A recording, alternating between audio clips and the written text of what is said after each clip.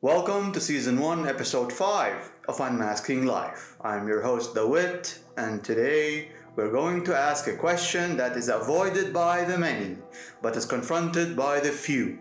And that question is, what is the cost of telling the truth versus the price of lying? We live in a time that is fueled by racing against it, in a place that is worn out by the performances being played in it, by a lifestyle that is copied and pasted in its fakeness, through a routine of wasted breaths that is cloaked in comfort, and by an attitude that is as loud as a pneumatic mining machine. And yet, beneath all of this, something quieter awaits us all. Patient, stealthy, like a hungry panther ready to pounce. Today's episode is not about fixing yourself because it will leave some of you with bruises on your being. This episode is, however, about seeing yourself in a clarity never before conceived. Allow me to remove your blindfold so you can finally see clearly. For starters, do keep in mind that your hope does not disappear in your silence, your precious identity does not require an audience, your honesty does not weaken you, and your faith in God does not make you uncool. Additionally, the truth when you speak it does not devalue you. Sadly, each of these truths is opposed by a lie we all have learned to live with like a permanent stain. Do you fear what forces you to slow down? Do you avoid what makes you uncomfortable? Do you resist what you refuse to learn? Doesn't really matter what you answer, my dear viewer, because you quickly flee what reveals who you truly are when nothing is essentially demanded of you. The path forward to truth has never been loud and spacious for any of us. It is rather quiet and narrow over here. I need to squeeze you hard to get you through today in the effort to get through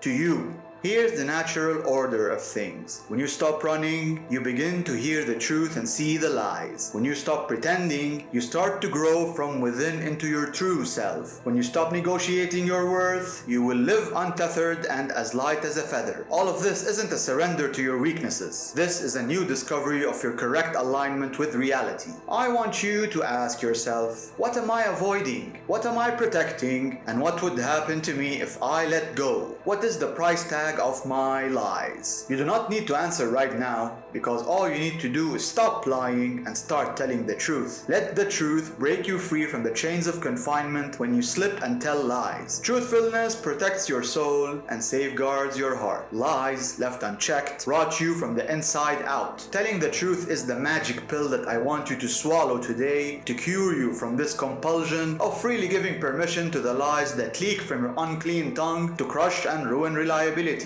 to decompose and spoil your soul, and to eventually erode and liquefy your life to mush as mold does to a slice of unfinished toast. Let this sink into your head. Let it vibrate the evil out of your vocal cords. Let it decontaminate your polluted forked tongue. Compulsive lying is not a strategy you want to use anymore because it is a contagion. Lying is not cleverness because it is fear wearing colored confidence as a cover. The compulsive liars among you don't lie because the truth is not available. They lie because the truth-telling feels unsafe, like the descent over a rocky cliff onto a dark cave. Somewhere along the way in this life, honesty became associated with punishment, rejection, or being naive. So lying steps in as armor to shield the broken heart and lost soul of a person. Over time, the brain of this person who started lying learns the patterns to execute perfect fiction. Their mind begins to associate immediate relief by the distortion of the truth. With enough practice, these lies compulsive liars say out loud calms their nervous system because the spoken truth agitates it. But of course, this relief is short-lived and temporary. Psychology shows us that sustained lying fractures the self. That means when your words do not align with something true, real,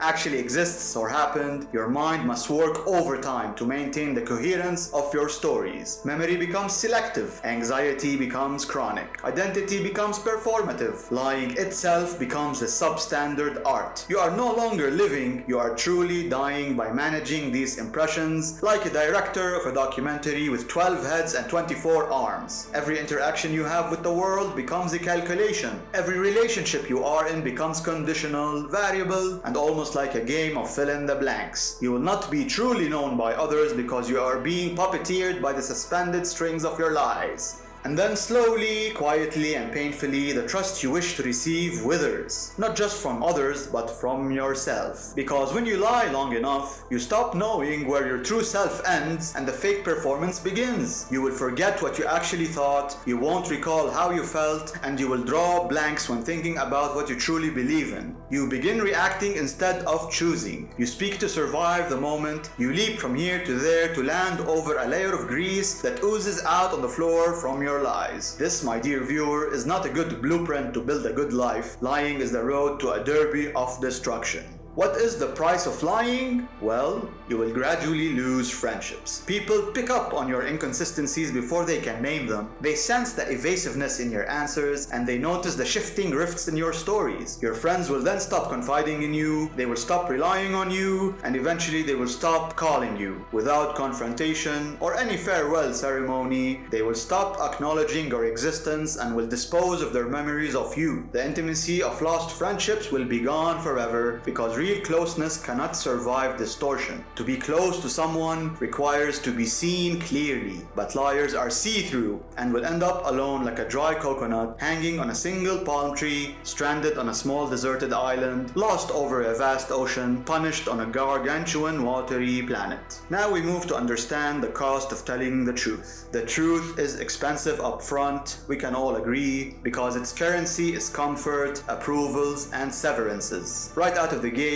the truth will cost you relationships that were built on convenience and interest rather than alignment and harmony. The truth may isolate you temporarily, it might make you unpopular, and it will possibly place you in conflict with systems that benefit from your mandatory silence, your robotic cooperation, and your blindness. But truth-telling does something lying can never and will never do. Truth integrates your mind and body and enhances your goodness. When your true words align with reality, your nervous system settles, your memory stabilizes, and your precious identity solidifies. You may become predictable, but not in the least boring, because you elevate to a higher status of being trustworthy. How incredibly beautiful it is to be worthy of somebody's trust, my dear viewer. Be the confidant to the secrets of those you love. How sweet it is to no longer need to remember what you said in your lies yesterday, and how happy would you be today when you no longer need to scan the room for threats or exposure. In telling the truth, you can afford to pause the nonsense of the world around you and take